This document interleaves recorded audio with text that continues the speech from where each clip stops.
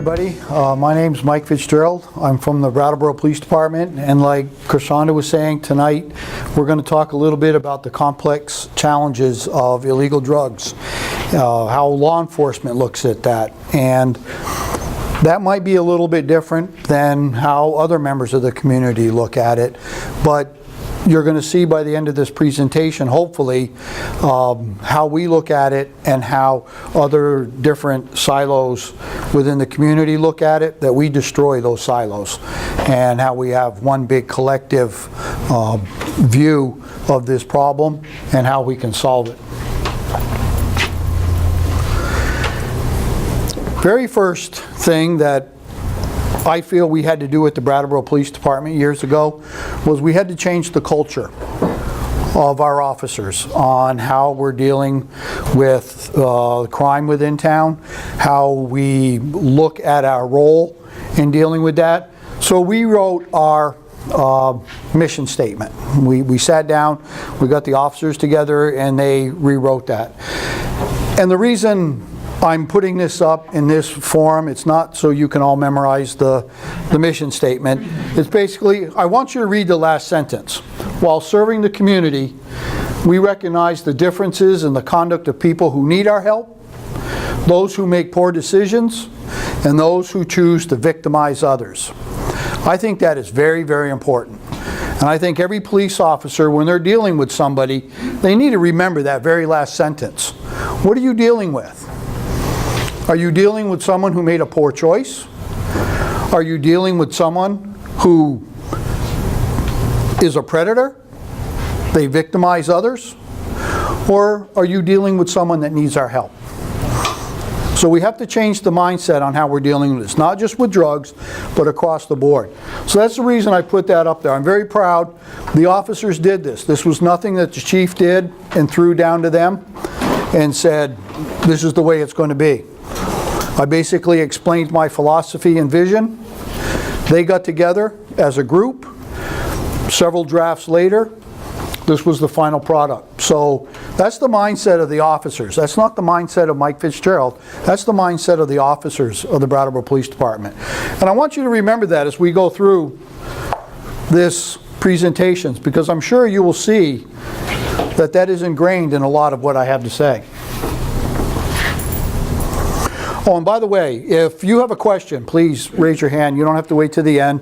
There will be time at the end to ask questions, but if we're talking about a subject now, I'd rather answer your question now than a half hour later go back. So please don't be shy.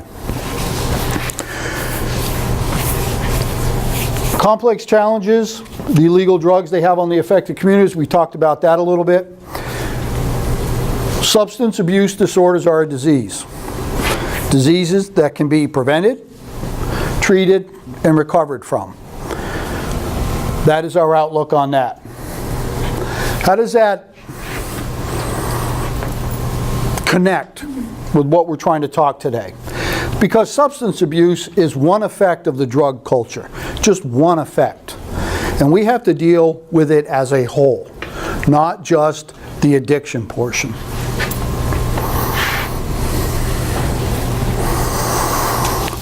I really struggled with this slide because if we got Prudence from the Department of Health and said, what is your goal? If we got Cassandra and said, what is your strategy? Hopefully everybody would be on board with the next one. Who should be involved? And last, how does law enforcement fit into this? I mean, what can we bring to the table? We can arrest. We can bring you in front of a judge. Anybody in here agree that that is an effective way of dealing with illegal drugs and substance abuse? I'll tell you right now, I don't think it's an effective way, okay? So how does law enforcement fit into this? We'll talk about that at great length. I think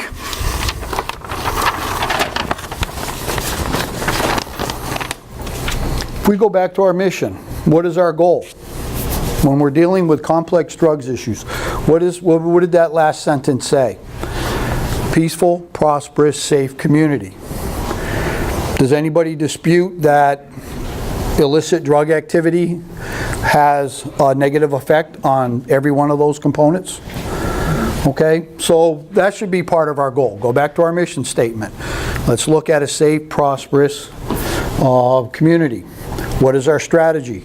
I'm going to go really in deep on this one as the presentation goes on, because I'm not going to give you all our secrets, but I'm just going to explain in a 10,000 foot view of what we do with information and how we go about it.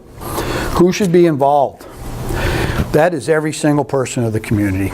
Every single person. I mean, teachers, right off the bat, kindergarten all the way up. Teachers, parents, neighbors, landlords, property owners.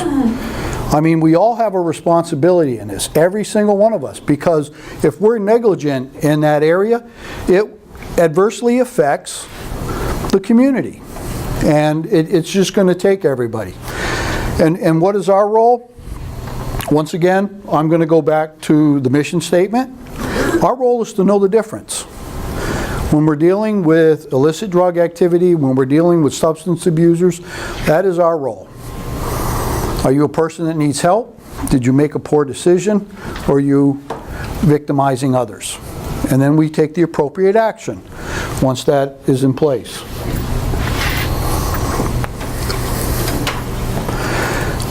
I broke this down into two categories, the environment and people.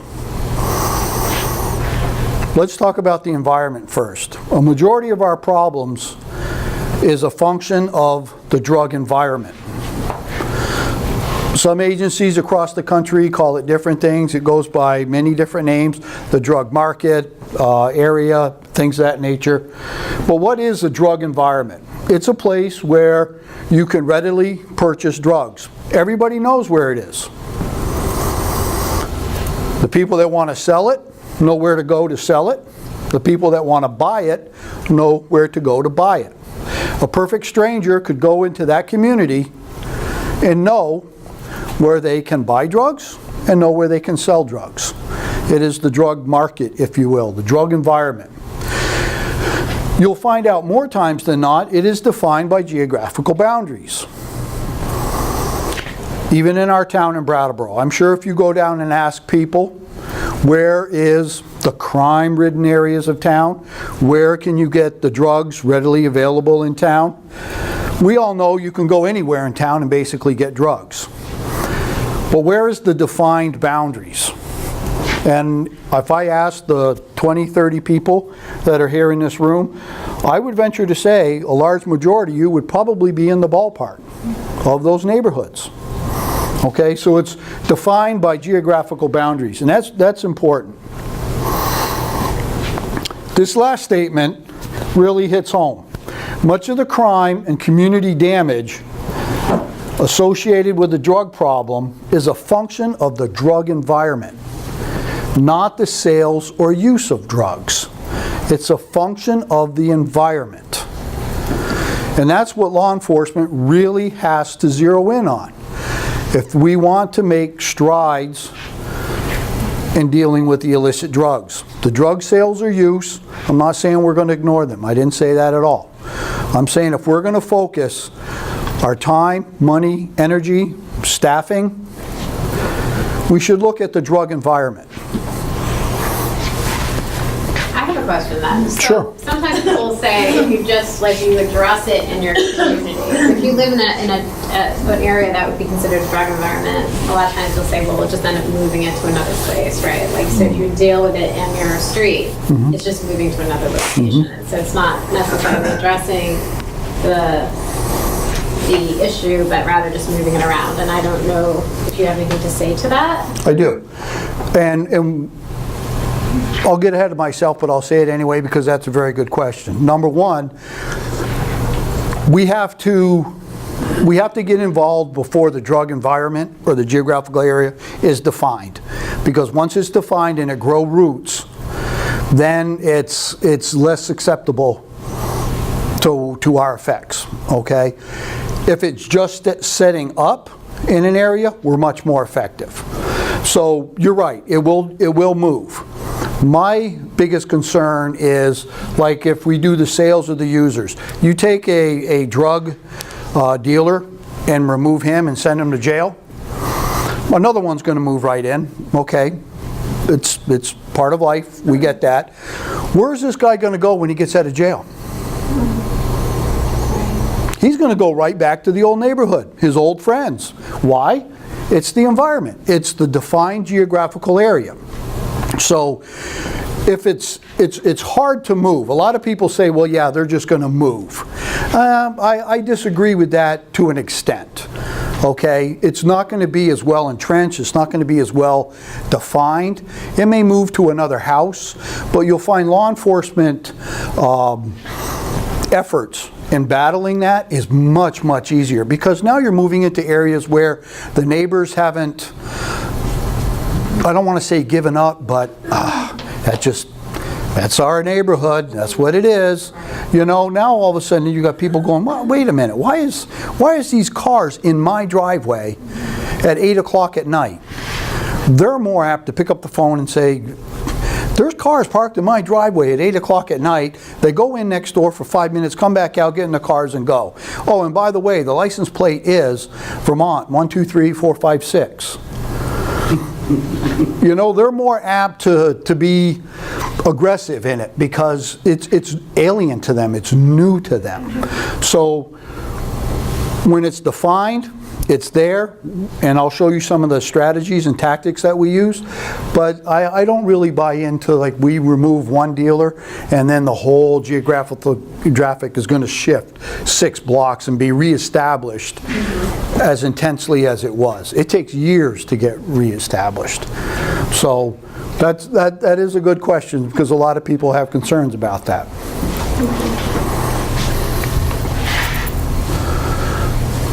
What are some of the problems of the environment, if you will, or that area? Crime hotspots. That's where you get your assaults. That's where you're going to get your complaints on trespassing. That's where you're going to get the public drunkenness, public urination, all sorts of crimes, your petty thefts. Usually are going to happen in those areas. Some of the other problems, they make public spaces unusable. Sidewalks, parks, buildings, stores. And as I'm talking, I can imagine everybody in this room is thinking places in Brattleboro that are like, bam, absolutely. That is what is happening. Presence of transients, the perception. There's a lot of people that won't go in certain areas of town simply because there's homeless people there, there's transients there, and it's the perception. If you worked on straight data, I think a lot of people would be surprised. If you came to me and said, this place is very, very unsafe, and I can pull up the data to see how many times we go down there, how many arrests we made in that area, and you would be very, very surprised. Because if you asked me and I went straight off the data, I could say, no, that's a very safe place. We very rarely go down there and we very rarely make arrests. But it's the perception of the transients and whatnot. Reduced property values in the neighborhoods. Failed or displaced businesses. Here's a big thing. It's an entry point into crime for young people. You get people that are susceptible, open-minded, unsupervised. They're hanging around with a crowd that's much older. A lot of criminal activity. It's an entry point for the young people. They can go over to this person's house who's 25, 26 years old. They're 16, they're 17. They can hang out. They can get high. They can drink beer. They can do whatever they want. And then go home. Next night, do it again. Pretty soon, they're spending nights there. They're spending weekends there. They're getting immersed into this culture. That's part of the drug environment. And obviously, it facilitates drug use and addiction. They can go there, they can get high, they can hang out, they can sober up, and then they can go home. It's a safe place for them to do that. That's all a product of the environment. The environment is much more concern for law enforcement than the addiction. We have a lot of agencies, a lot of really good people, a lot of grassroots programs that can really help out with the addiction. Law enforcement, all we can do is educate, let them know about those great agencies. But we really need to concentrate on the environment that facilitates this issue. What are some of the dynamics of the environment? Like I stated earlier, people know where to buy and where to sell. They feel comfortable down there. They're surrounded by people that are not going to talk to us. They're surrounded by people that have accepted this lifestyle or the environment. Not that they like it, not that they condone it, it's just like, nah, well, you know, we live on the street. If you buy a house next to an airport, you're going to hear planes at night. If you buy a house in this neighborhood, it's drug dealing. So in that way, and I'm certainly not saying, you know, don't buy a house in that area, it's their fault. It's just how the mindset happens. Enforcement alone is ineffective. Okay, people move in and out of there, they shuffle, they go to jail, they come back, they may move on, go to other places, but enforcement alone is not effective. And once established, it's really resistant to attention. You've seen it. I mean, everyone in this room has seen it. You're here because you've been exposed to this and you're very knowledgeable in what's going on.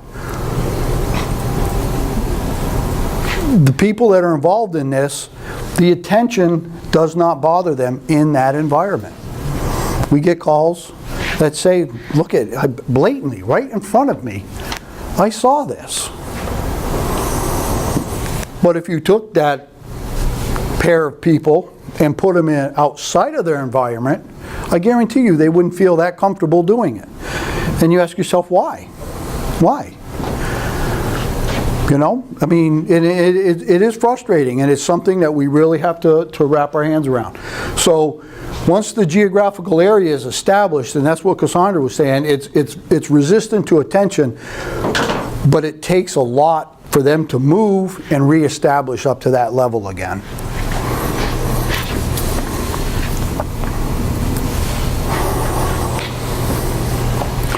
Let's talk a little bit about the people that we deal with.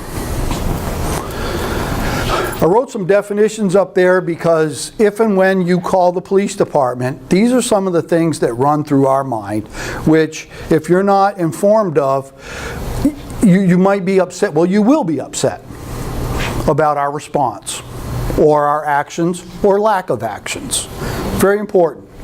First one we're going to talk about is reasonable suspicion. The legal definition of reasonable suspicion is based on slight proof. Opinion. That is huge. It's opinion. Reasonable suspicion is an opinion. Law enforcement, what they do at that point is investigate further. And we do have limits. We can ask a couple questions. We can ID. If we have nothing further to go on that brings us to probable cause, our interaction ends. It's called the Constitution. It's civil liberties. We can't do that. No matter what you say, we cannot do that. And you wouldn't want us to do that. So reasonable suspicion based on slight proof, it's an opinion, we can investigate. Our investigate is merely questioning, maybe ID, run the person's name to see if there's any warrants. That's pretty much about it, which makes a lot of people mad. Yes? I just have a quick question about that. So when I see being from, you know, the culture, the environment, and I see activity at a residence and I call and I just, so you guys know so-and-so, this is going on, and it's, happening in a neighborhood where there's young kids, and so all you guys can do is drive by and We can go up and knock on the door and introduce ourselves and talk and say, we got a complaint of the foot traffic in this area. I mean, basically, why did you call us? Okay, they're a nuisance, they're harassing, a lot of foot traffic, motor vehicle traffic. Basically you're bothering your neighbors. Is everything okay? Is there anything we can do to help you out? And if they're like, nope, just sorry, we're okay. A lot of friends come and visit. Can we come in? Nope. Okay. Thank you. Have a nice day. Ask them for their name and date of birth and move on at that point, if there's nothing leading us to probable cause. Can you ask for the names of the people that are visiting? Yes. Oh, we can ask anything we want. It doesn't mean you got to give us everything we ask, okay? But yeah, we can ask, and we do ask a lot. Probable cause. The key word there is facts. Facts and circumstances which would make a reasonable and prudent person believe that a crime has been committed and that a particular person had committed it. What can we do once we reach the level of probable cause? We can arrest. So you can see pretty big difference between those two levels. Okay, we have to have probable cause to arrest. We cannot arrest on opinion. We have to have facts. So when you call, you see some suspicious activity, and you see me hand this gentleman money and then put my hand back in my pocket and walk away, do you have probable cause for an arrest at this point? No. Absolutely not. Absolutely not. What if it's wrong? Do you have reasonable suspicion to go up and talk to them? yeah. Sure, we go up and talk to them. So that's where we fall, and sometimes that's where a disconnect is a lot with the citizens that call the police and get very frustrated with our actions or lack of actions when we leave. We have to have probable cause to arrest. We cannot violate people's amendments. We can't do illegal search and seizures. We can't detain them. Okay? We have to follow that. They have the same amount of civil liberties as you and I and everybody else. And that's, nobody is debating that. That's the way it should be. So I just wanted to make that clear, so as we go further on, you'll understand what I'm talking about. Yes, sir. Under civil liberties, is a civilian mandated to answer his name when asked by a police officer? Not in all circumstances. Not in And the all. probable cause, I'm guessing, or, I mean, reasonable suspicion, it's less obligation to give the name? Yes, ma'am? I have a question. Online, there's that tip thing that you can, how well is that monitored? Very well. Okay. We get them all the time. Okay, You gotta remind you. because I did that last year. Sure. One that was a really suspicious, I work in the field. Yeah. And I kind of know what a drug deal looks like. We're gonna talk about that. And so I knew the first names of both the people. Sent in a thing that, every day about noon, they walk by my house, they give high five to each other, and I have that reasonable suspicion, but I did send that in. And I was just wondering how that was monitored. It is. Okay, That absolutely. What you have to remember, though, the time lapse yeah, between it, because that's state. right. Brattleboro, we have our own, but we look, well, it's our own email. Yeah, I did, I went on the Brattleboro. Oh, you went on the Brattleboro one? Yeah. Okay. Well, the state has one also, Brattleboro has our own, but you have to mind, like, if you send it 7 o'clock on a Friday evening, it wouldn't, nobody would look at it until Monday morning at 7:30. Okay, So that's something to remember. okay. Thank you. Let's talk a bit about when we get suspicious calls, because I get a lot of complaints from the citizens when dealing with suspicious calls. I will say a majority of the complaints that come across my desk are about citizens that called in about suspicious calls and are unbelievably irate that we did nothing, okay? And another thing they talk about is the dispatchers that we have. And I've sat down and talked with all my dispatchers. I told them exactly what I was going to say tonight. And I sat down with all the lieutenants and my captain and told them exactly what I was going to say tonight. So everybody's on the same sheet of music. The dispatcher is going to ask you questions, your basic 5 W's. Who, what, when, where, why. What is your name and what is your date of birth? Okay? They try to gather as much information so they can paint a picture for that officer who's going to be going to that incident, has as much information as possible. People get very, very upset when they say, I just saw a drug deal. Our dispatchers are going to ask you, what is a drug deal? What did you see?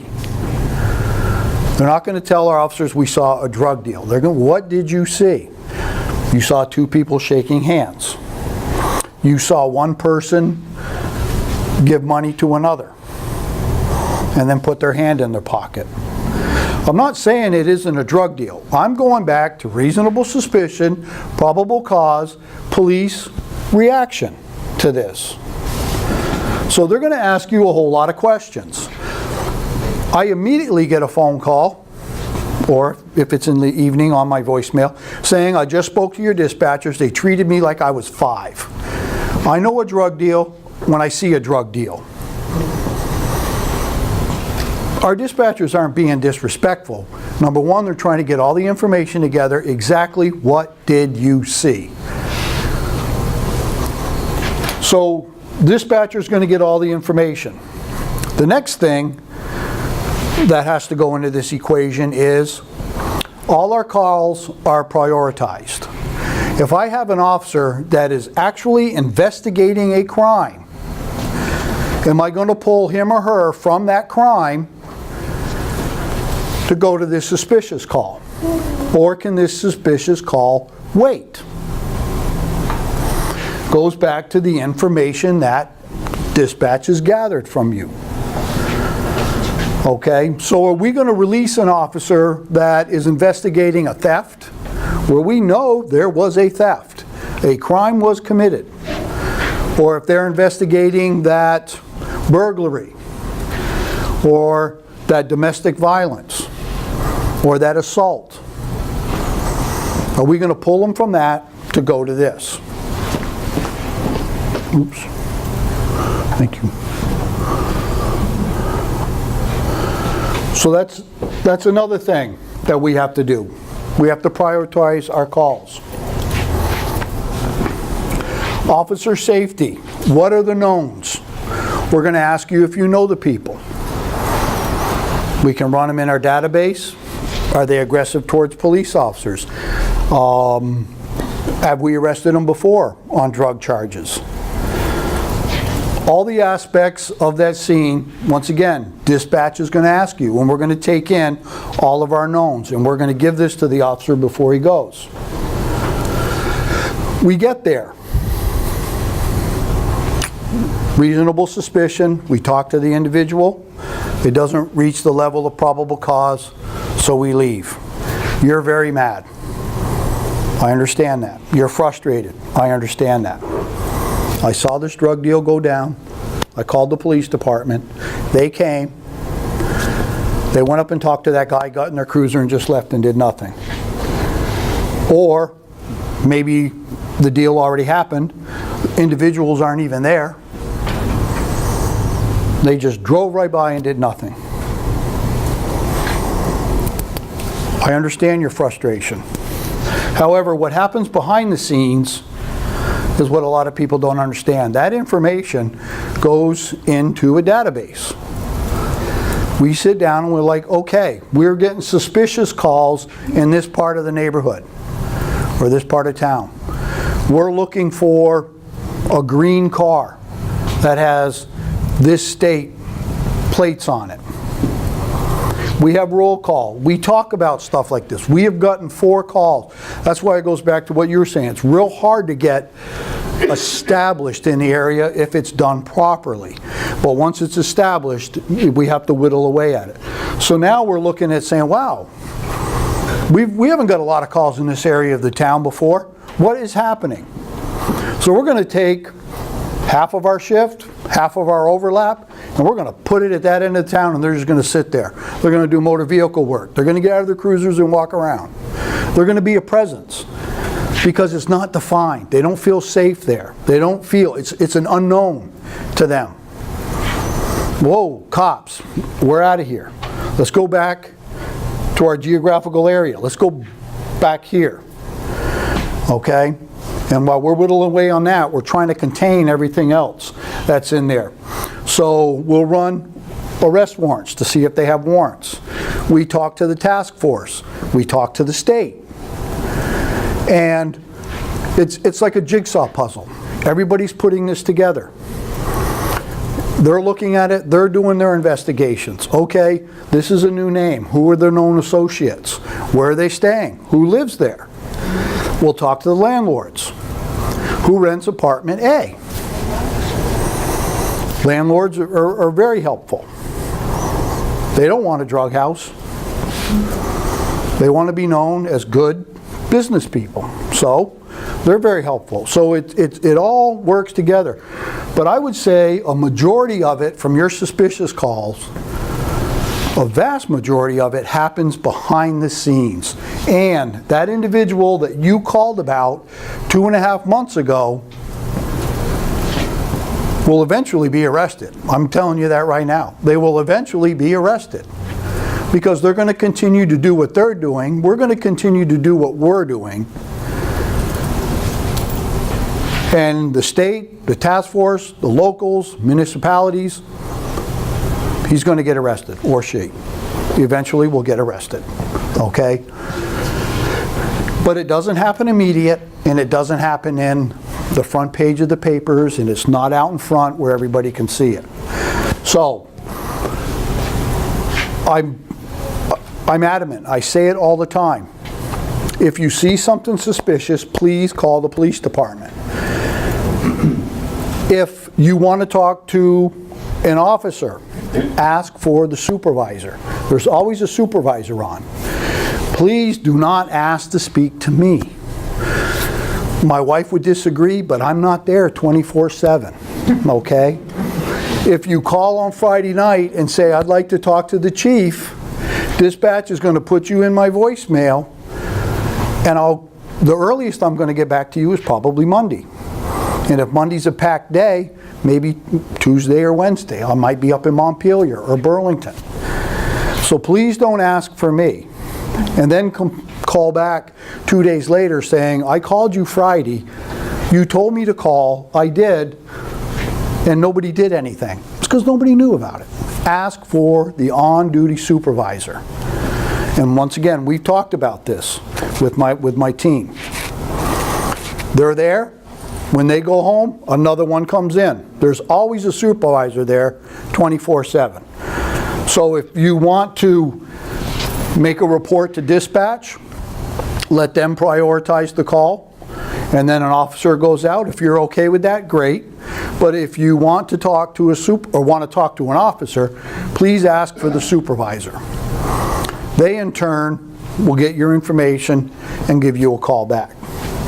So you can be anonymous though if you make your report. So if they ask you for your name and your contact information, you could tell them, well, could you say, I'll tell you if you need to call me, but I don't want it written down, or is there like a way to? We will accommodate anything that people would like. But I would like to put this out as an asterisk.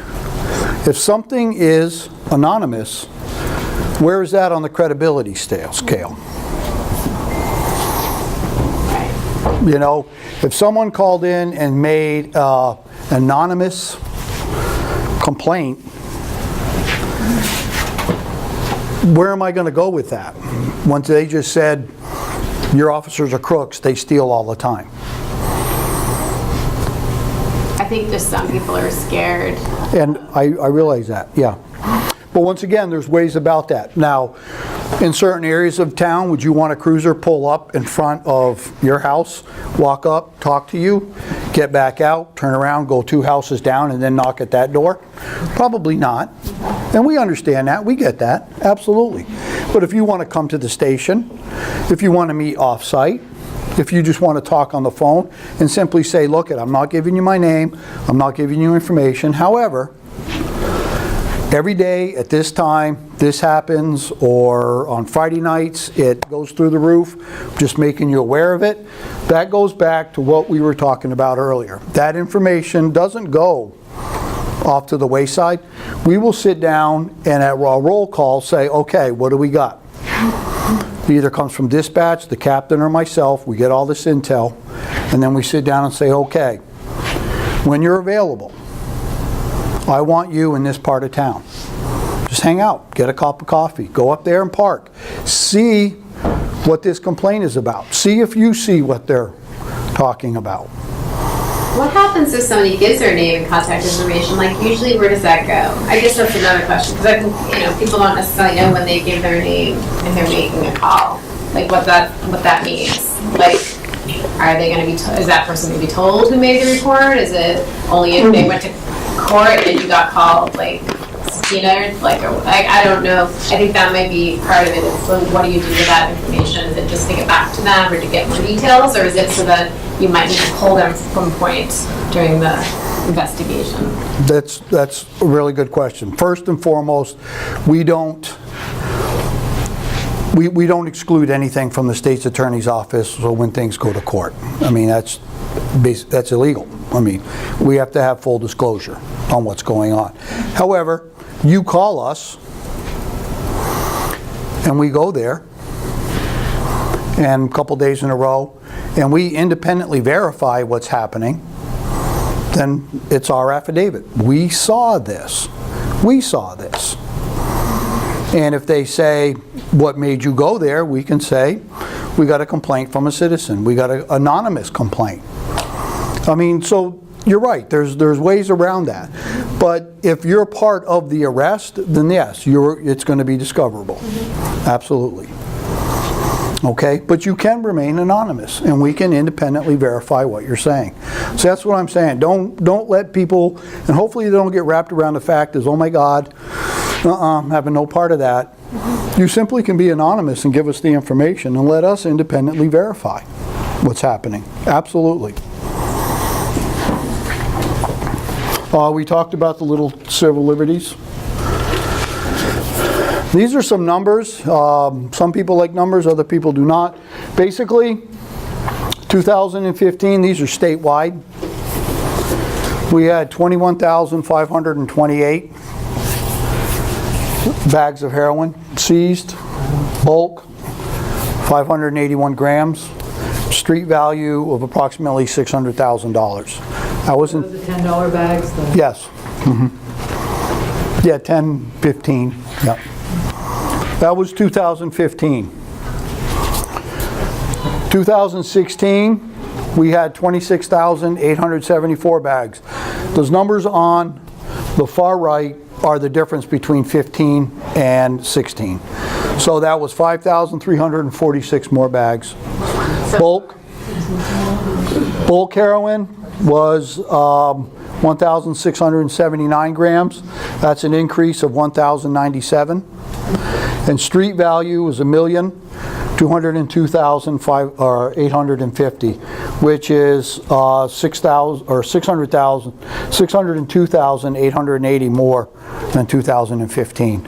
So it's out there. We understand it. We're being aggressive with it. Once again, this is statewide. It's a statewide issue. No community in Vermont is immune. So we are working on it. What's scary is what we don't find is what is scary. Yes, ma'am. Can I ask a question? Are you part of a law enforcement coalition? Because, the sellers oftentimes are middle management, and then there's upper level management. And I'm curious about how, is it a regional thing, New England region, or would it be national, how does it all work to try to catch the big people at Right. the top?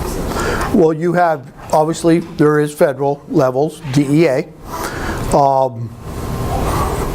The state of Vermont has a DEA agent. So, but we don't have anybody on the DEA team. The state of Vermont has task force that work throughout the state, and they are complemented by local police officers with the state troopers that are trained. They go to federal schools, they're trained. So they have a really quick link to the federals and within the state, and that gives the municipalities a really quick link to the state. Because I'm thinking With our about these dealers investigators. that end up going to prison, meaning, some of them, I understand, are addicted themselves. Do you know what I mean? So it becomes a rehab process, but it's also trying to cut off that connection. Right. Yep. But to answer your question, absolutely. We have all levels, federal, state, and local, that are all working in collaboration together.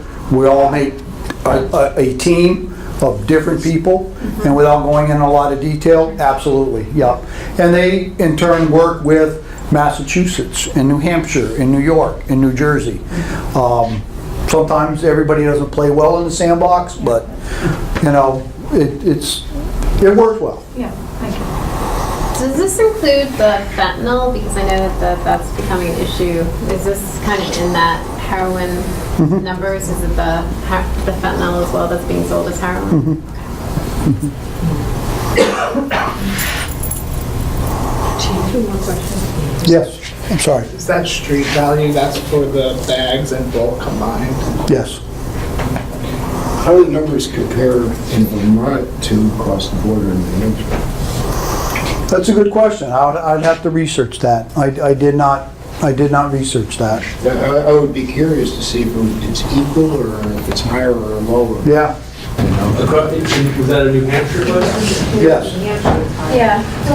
I'm going to guess double, just because there's twice the population. Really?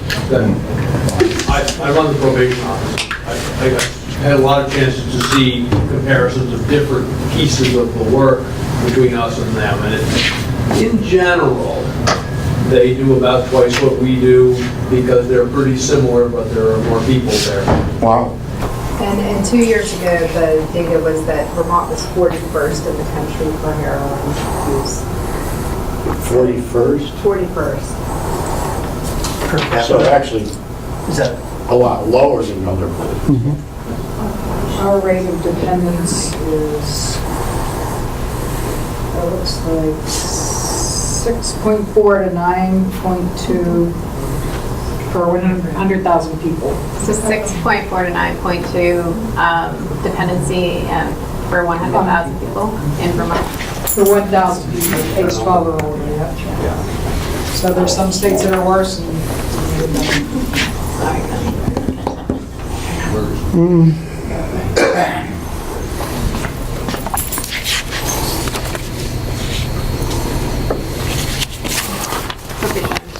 It is.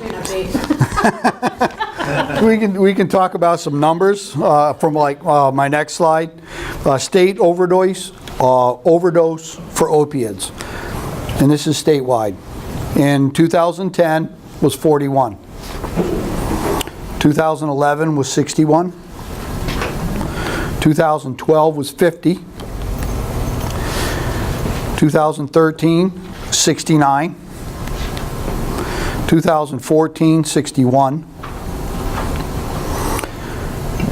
2015, 75. In 2016, as of October 1st, 39. Yes.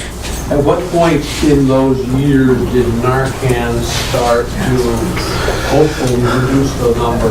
Really good question, and I did ask that. Unfortunately, throughout the state, we don't have a mechanism in place that tracks Narcan, the use of Narcan.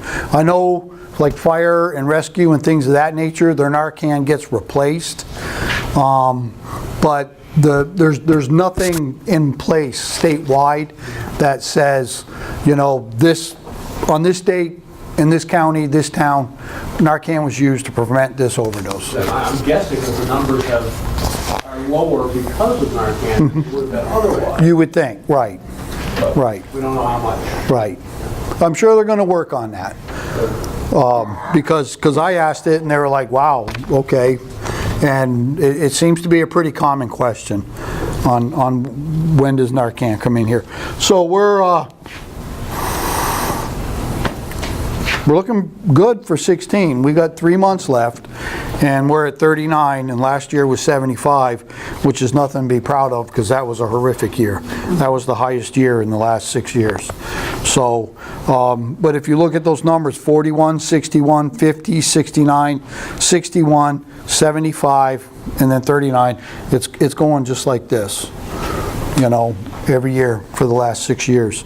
And we're hovering anywhere from 40 to 60 on average, which is too many. Specifically for heroin, or is that could be That was opioids. Yeah, Okay. that was just not heroin. I was Total just, opioids. yeah, RX, heroin, fentanyl. so we're just informed that pharmacies are now kind of recommending that people that are prescribed opioids get Narcan, like that they're giving them. So the pharmacies are going to start doing that. So hopefully if it's an accidental overdose from like a prescription, you know, that, you know, because those people are probably falling into that number as well. Hopefully that will also help in reducing the number. Yeah. Yes, ma'am. So what is the fentanyl? What's that? What I've read that is causing more overdoses. What is, Well, it's like 100 times stronger than heroin. so it's in the heroin or it's... It was started as an oncology drug. It was a super strong drug that was only used for people in terminal stages for pain relief. And now it's been able to be synthesized, and so it's out on the street in a big way, and it's causing a lot. It's getting mixed with filler, so people think they're buying heroin, but it's like cheaper because it's basically like a little bit of fentanyl with other filler, and so people are using it like heroin, and they're getting more. They're getting more than what they expect, and that's how they're overdosing. Thank you. Some people, yeah. I'm almost done anyway, so instead of looking at a blue screen with dots going around. The only thing I wanted the only thing I have left is the summary, but I want to give some Brattleboro stats, kind of like narrow it home a little bit instead of with the state's nice big broad picture. I want to talk about Brattleboro stats. We went back 3 years. Since January 13, we've had 438 incidents involving drugs across the board, all drugs. 81 of those were heroin. So 438, 81 were heroin. So you're almost 1 out of every 20 incidents that we deal with drugs, we're dealing with heroin. In 2013, we had 30 overdoses. 2 were heroin, 19 were pharmaceuticals, and 9 were unknown. Also in 2013, we had 2 deaths, 1 from heroin and 1 from pharmaceuticals. This is Brattleboro. 2014, we had 38 overdoses, 8 from heroin with 1 death, 16 from pharmaceuticals, and 14 unknown. 2015, we had 22 overdoses, 3 from heroin with 1 death, 16 from a pills or our pharmaceuticals with 1 death, and 3 unknown. 2016, we've already had 26 overdoses, 13 from heroin with 1 death, 7 from pharmaceuticals, 1 from, we're saying, crack cocaine inhalants, which resulted in a death, and 5 unknowns. So we have a serious problem in our town that we really need to stand up and address and notice. 2013, we had 2 deaths, 14, 1, 15, 2, and in 16, we've already had 2. So we have our work cut out for us. When we get all this information, when we make all these arrests and these medical calls and things of that nature, the information that we gather, we put it in collection centers. It's either through the state, task force, in-house, things of that nature, because we're all trying to paint a picture here, and any piece of the puzzle that we can put into this is going to help us in the long run. So, yes, ma'am? Do you have male, female, age range? No, I didn't run the demographics on that, just the numbers. So do you have a sort of anecdotal anything about people, male, female, mostly young, some, I'm trying to get a beat a little bit of the, I'm not going to write it up. I'm just. No, and this is my opinion, Yeah. just what comes across my desk, I would say most of them are male and fairly young. Fairly young, 20s, mid-30s, and mostly male. If I had to take a wild guess without actually diving in the data. Data is it's a 30 white male. So we're right on with the national average. So we talked a lot about what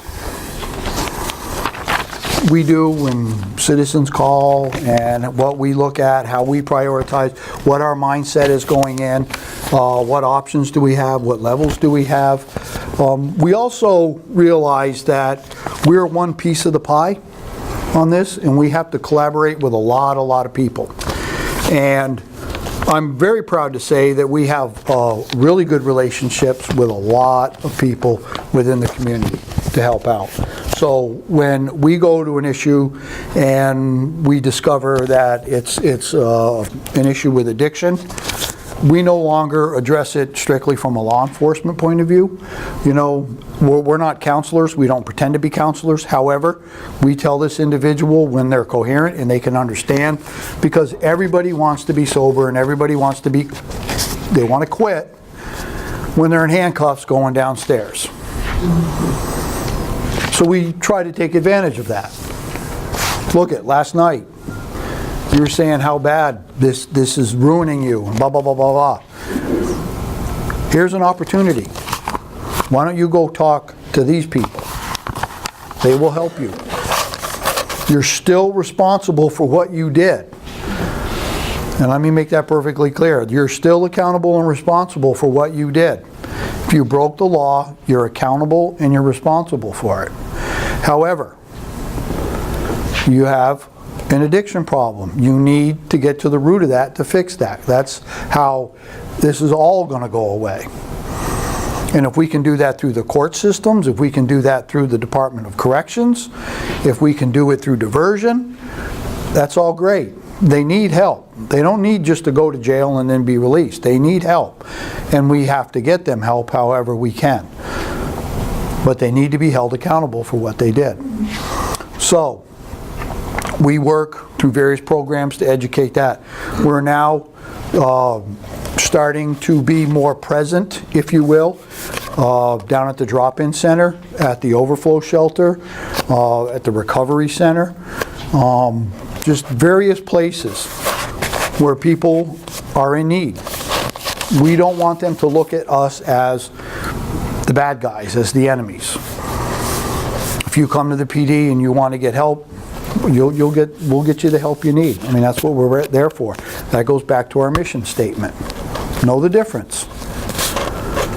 We also work with DEA. A lot of places only collect pills and pharmaceuticals twice a year. Okay, the Brattleboro Police Department has a box down there 24/7. Okay, the feds will pay twice a year to empty that box. The other 363 days, I think it's our obligation to take that. If someone wants to come into the police department and drop off a bunch of opioids because the grandmother passed and they no longer need it, yeah, why wait to June 1st and have that stuff in the cabinet? Get it out of there. I'm all for that. So we do that. and we also collaborate with a lot of agencies.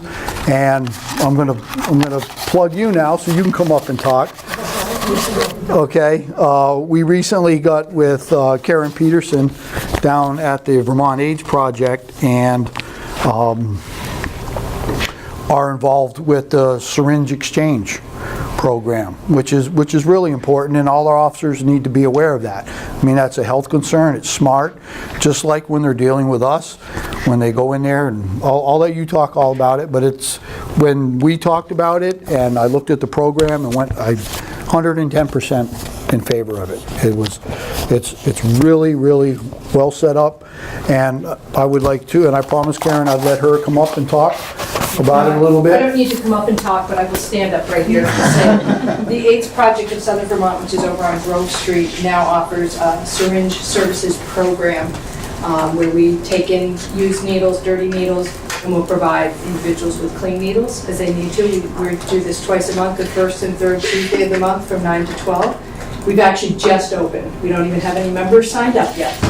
It's all done anonymously. There are a number of syringe exchanges in the state of Vermont, but there was none in southern Vermont. We had one back in 2001 to 2005, which the police chief was on the foot patrol at that time, and he doesn't even remember that, which tells us there were no incidences with the police officers if we ran a legal syringe exchange for 5 years with no issues with the police.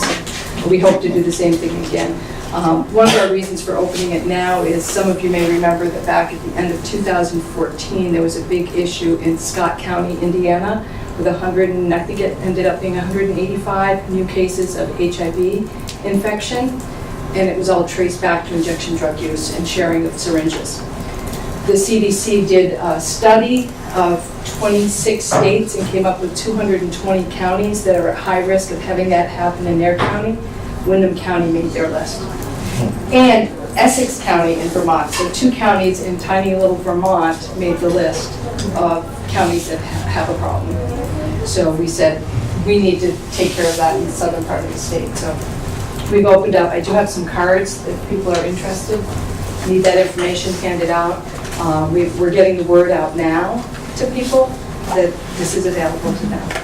So, our role in this is prevent HIV and hepatitis C infection in the community, get the dirty syringes off the street, get people clean syringes. But the biggest part is build a relationship with them. We have all the resource information. We work with the others in the room.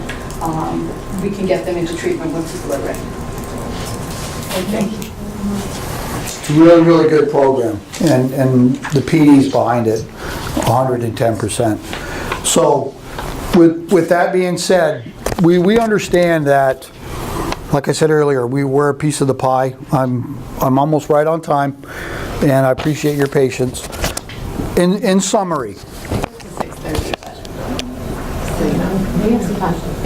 Okay. In summary, yes, ma'am. Sorry. When you go out, is my understanding that you often have a social worker who accompanies you sometimes on some of your calls?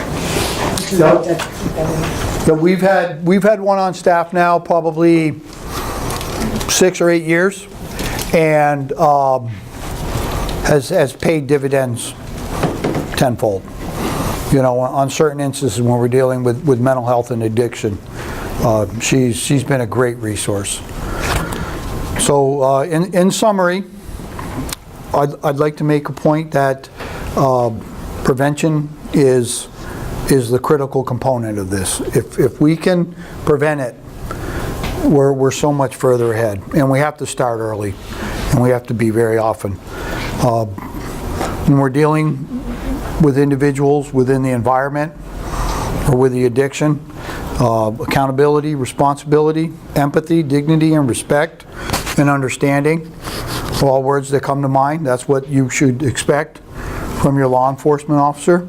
That goes back to our mission statement. You better know the difference between an individual who needs help, an individual who made a poor decision, or someone who's there that is victimizing others. And then you act accordingly.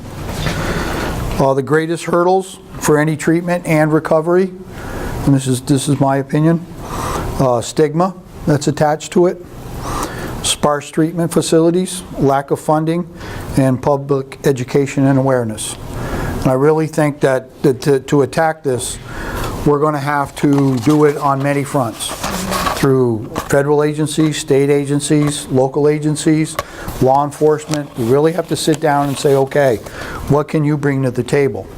And certain instances, there will be, it's kind of like when you do an incident command, depending on the incident, fire may take lead, rescue may take lead, or law enforcement may take lead. No difference in this scenario, where whatever we're faced with in the incident, sometimes the Department of Health may need to take lead, Department of Corrections may take lead, law enforcement, recovery, things of that nature. So, but the key thing is I think everyone that's working this should not have to sit down and say, who do I call over at the Department of Health? Who do I know that works in probation and parole? Who do I know at the recovery center down at Turning Point? It should be like, boom, this is who you want to talk to, this is his number. And we all have a relationship, and we all talk together, which we do. And I'm very proud of that for this town. I think we're looking at this intelligently and realistically, and it's a good job by all. So that is my spiel. Thank you. I know I'm monotone. I know it's very hot, but I appreciate your patience in sitting here, and we'll go for questions. I'm going to pass it around one more time in case anybody else had any questions that they wanted to have me ask. But here's one. Are there, this kind of goes to what you're just saying, are there cities or towns in Vermont or in the United States that serve as a model for the Brattleboro PD's response to the opioid epidemic? So is there anything that the Brattleboro PD is looking at right now that's a model being used somewhere else that Yes, be considered? of course. You can't do this alone, and we're no different than anybody else. The models that we are looking at are more, I rely a lot like on the IACP, International Chiefs of Police. Okay, they have programs called COPS, which is Community-Oriented Policing Strategies. And basically what they do is they go across the country and get these best practices and put them together. And let's be honest, we don't have the resources, whether that be financial or staffing, to do what Boston PD could do. You know, they simply could say, you're right, it's a problem. Oh my God, let's set up a division. Here's your budget, go tackle it. We're not going to do that here. We cannot do that here. So we have to work with the resources we have. And by going to those types of agencies, like the IACP or the COPS program, they understand that there's small agencies out there that have very limited resources, very limited funding, and then they say, okay, check out some of these best practices, you know, and then we use those as references. Yes, sir. If it's accurate, to describe Brattleboro as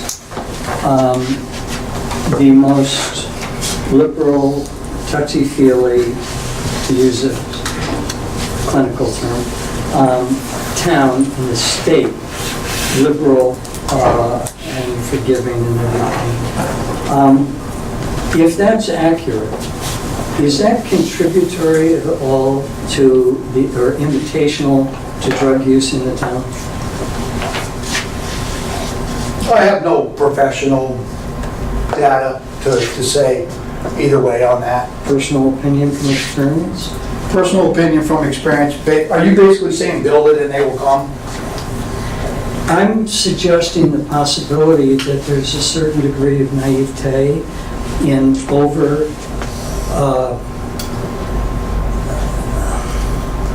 and I can't think of better terms other than touchy-feely and huggy, that it goes a little too far sometimes in my observations, and end up, I've been in front of what I thought were naive social workers. Mm-hmm.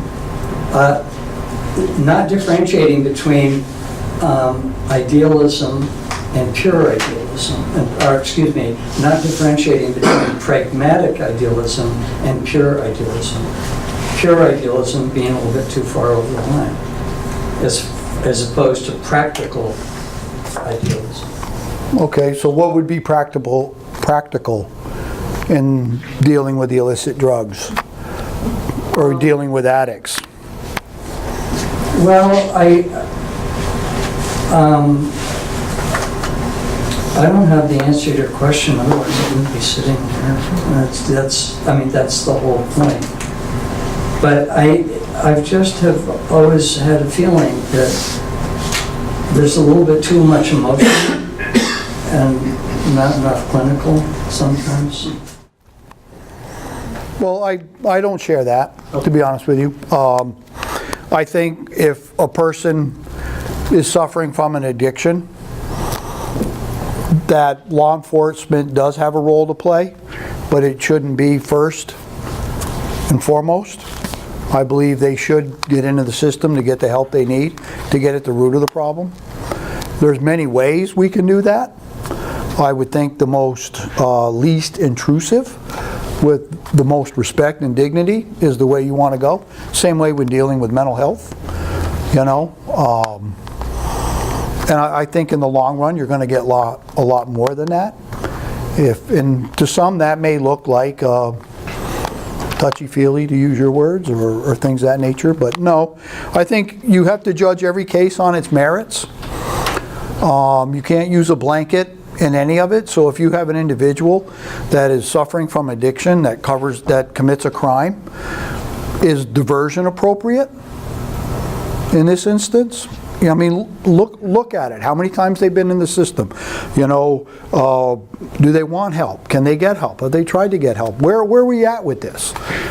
You know, and you have to be patient and understanding. There's going to be relapses. No one's going to go to the turning point for the first week and then be done. I guess my point to you would be if an individual had cancer, which is a disease, and you went to the doctors and they said, hey, we got it all, you're in remission, really great, and then the cancer came back, would you be mad at that person and call them weak? I'm talking about community response too, but also so I'm not misunderstood, I absolutely believe in intervention as far as incarceration. I mean, I basically view the whole issue as mental health and thereby deal with it clinically. I think that what you're asking, what I hear you asking, is because of the resources in this community, is it drawing in, or is it do we have an increase in substance use in this community because of the resources that are provided in this community? And is that what you're saying, or am I wrong on that? You're raising a whole other thing. Oh, okay. I'm not going to go there, but Okay. good for you. I mean, that should be. Could I answer your question, or did I totally miss it? No, I mean, I'm not even sure of my own questions. So Okay. Great, thanks. Okay. Rick? If I can just throw something in. I've been in Brattleboro running the probation office for most of the last 34 years. I was up in the White River and Springfield offices for a while. They were between managers, and I spent about a year up there doing that, and I came back. The difference between Brattleboro and the far reaches of the White River office in terms of getting people any kind of help are just astonishing.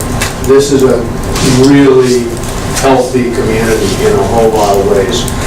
There is treatment you can get. You can get syringes.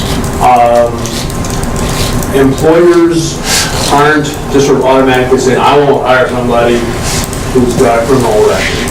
There's an openness to giving people a chance. I have employers call me up and say, I want somebody from you because I know he's got a probation officer on him expecting him to show up for work.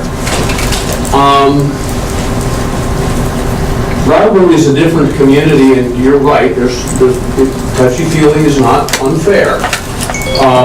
But I think overall, it's a good community, and it's a good community in which to get clean and sober and stay that way. certainly a lot of support, a lot of help. Yes, Rob? Well, you mentioned prevention, so I just wanted to speak to that as well. And so what we know is that, when we look at our data about who's using in Vermont, Windham County is not that much different than other parts of the state. So the problems do manifest in different ways, but I think it's important that we not leave here tonight thinking that, Brattleboro is way worse off than anywhere else, because it's a pretty, it's what? That's funny anyway. But to get back to prevention, so, anytime we deal with substances, we have to talk about how do we prevent it. So we're looking at, availability, and we're looking at, and so we deal with that by talking to doctors about prescribing practices. We're talking to pharmacies. We now have a prescription monitoring system that's not just for Vermont, but is also interstate now. So Massachusetts, Connecticut, New York, and hopefully New Hampshire will get online in the next couple weeks. We're looking at, what are the social norms, that early onset of other substance use, alcohol, tobacco, marijuana, that we keep the focus on that with parents, that it's not just one day I wake up, I'm 25, and I'm going to start using heroin. It's just not how it's happening. So that early onset, and the social norms. I mean, look at how many beer festivals we have in this community. It's like everything's around beer now. Even fundraisers for youth activities and youth organizations it's all wine and alcohol, and it's all acceptable. And then legalizing marijuana is sending this totally different message to young people about the safety of marijuana. And so it's all connected, and we need to reach our parents. And I think the only correlation we can make to what you were saying about touchy-feely is that we do find sometimes that the attitudes of parents are that it's only alcohol, it's only marijuana, at least they're not shooting up heroin, or I'm going to let them drink in my home, or it's okay if we get high together. So that liberal attitude towards parenting can sometimes show up as a correlation of young people and that early use of alcohol and other substances that may lead to other substances as well. And we're doing a lot of education. If we're talking about specifically prescription drugs, it's about educating parents about, or grandparents about securing their medication, or anybody who's around young people to secure their medication.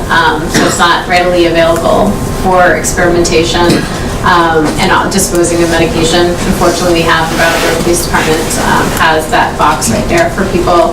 And also when you're taking medication, not necessarily taking it in front of you not kind of set this expectation that if you don't feel well, you take a medication to deal with it. It's like those kind of things. And we talk about alcohol. It's like when somebody comes into your home, you have a youth there. Don't just offer alcohol to people that are coming in. When you have a party, offer other drinks. So it's just kind of what kind of norms are we presenting in front of our young people? Because prescription drugs is usually leads to heroin, and we might also see an uptick in heroin because our providers and pharmacists are really looking at opioids and misuse and trying to squash that. And so not only is it more cost effective to use heroin, most people who don't just go to heroin, they've usually become addicted already to prescription opioids, and now they're trying to deal with that addiction that's been set. So we might see an increase in heroin, and that is actually seems to be the result of people not being able to access prescription opioids. So just be aware that hopefully what that means is we're getting less people starting to become addicted to opioids because we're cutting off their supply to the prescription opioids. And I will say that pharmacists and providers in this community are really communicating a lot to try to work together to address it. So I'm hopeful that we will see a decrease. It just might not happen right away. Right. It's going to take, all this effort's going to take time. But I couldn't agree more. Prevention is critical. I have one question here. This somebody wrote. How often do you get a call from a front desk at a motel in the area reporting concerns, or do they just want to rent rooms? Well, I want to comment on the last part. Unfortunately, when we go to places like that, they should have called earlier. Let me put it to you that way. By the time it gets to the front desk and gets to us, and then we get up there, they should have called hours ago before it reached that level. But no, we don't get a lot of calls from the hotels. Yes, sir. I have a question. When you came to the turning point and talked, you mentioned that you're dealing, and correct me if I'm wrong, I don't want to say less with crime, but you're dealing with more mental health problems now. And what does your department do? Or what can your department do to help you guys police better, if that makes sense? Does it make sense with people concerned with mental health conditions? Well, obviously, we mentioned earlier, we have a mental health worker on staff that we refer to and rely on a lot in issues like that, especially, she works like 8 to 5 down there, so during the day we realize, and she's on call, so we pick up the phone and call her and talk to her. There's also from HCRS, the mental crisis team that responds when she's not available. So what we have done is there's like this thing called 2-team training throughout the state that teams officers with mental health workers, and it helps us to understand what's going on and with a person suffering from mental health crisis. So basically we have looked at it for what it is. And I've always said it in the past, we would go, and if it was a mental health crisis, we would look there and we'd say, there's no crime being committed here, and then we would leave. And that's sad, because you had a person there that absolutely needs help, and let's say you're the neighbor and the police came and said, there's no crime here, so we just turned around and left. How would you feel? You're like, well, what do I do now? Who do I turn to now at this point? So we basically have just taken a real deep look at how we handle things like that. So, we will take that person, and if it meets the criteria, we'll get them eval. We will try to find someone that can talk to them to de-escalate it. We definitely will tell our mental health worker, our social worker, if you will, on staff, saying, hey, we talked to Mr. Such and Such the other night. Here's his contact information, please reach out to him. And whatever services he may need at the time, hopefully she can make contact with him and say, look, this is what's available. What do you need? And it really has helped us a lot, simply because once that person gets the help that they need, we're not going back there. We're not going back there. We're not going back there. And the situation's not escalating to a point where the outcome is not satisfactory. So Rutland was speaking to this police department at a thing I was going to, and they were saying it also helps with what the community feels is safety. Because if somebody's reporting somebody because of a mental health issue, as far as an observer, they're thinking, oh my God, all this crime's happening in this household, and it's really more of a safety check or some other concern for somebody. So by being able to support their needs, it also makes the rest of the community feel safer, just because they're not seeing police presence constantly in their community going to a house. So I thought that was kind of a that is a good question, because you're right. We're dealing a lot more with mental health issues than we have in the past, a real lot more. So we have to adjust our training. Time for one more question. Okay. Just a question about, now you have all this support in Brattleboro. What about the outlying smaller towns and their police departments? Do they have access to supports like you do? Say Dover, Wilmington, if they pick up somebody, are they going to know or have information for mental health, who to contact? Probably not. I can't speak for them. Yeah. I certainly can't speak for them. I know a lot of the agencies that we work in, there's a few that are local to Brattleboro. Well, I don't think any Are you just Brattleboro, or you do outlying? I cover Wyndham, like the Wyndham Southeast, but Yeah. it's pretty much everybody else that I cover is Sheriff's Department, so like Right. Putney, Vernon. But there are coalitions out there. But there are. Right, I was going to say, I think, yeah, Cassandra does us, but a lot of the other agencies that we work with are either county or state, so they would be covered. Now, whether the law enforcement out there has that type of relationship with them, I can't answer that. I will say that the coalitions that are covering like Bells Falls and like Wilmington are very communicative with their law enforcement, and so we share the same funding and we also we work a lot together, the coalitions, and they're working with their law enforcement and making sure that they know what resources are available. And I feel like there's such a curve and change as far as even within our own local law enforcement. I've been working with law enforcement for 4 years now, and I have to say that there's definitely more of a shift to providing resources to people around mental health and substance abuse from there. Yeah, so I think it's a wonderful shift that I'm seeing personally.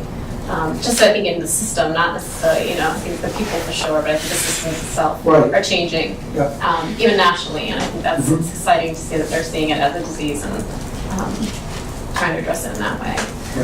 I'm just going to pass these around for if you guys have suggestions for other discussions that we have, because we get together monthly, but we try to do these quarterly. So if you have like an idea for our next community discussion, that would be great. And I'll put this box at the front there on that table, and you want to drop it in there. Did everybody have my card? Okay. No, I'll take it. Here. You need them? Okay, well, if there's nothing more for me, then that's all I have for you, and I want to thank you very, very much for coming out and sitting through this. Appreciate it.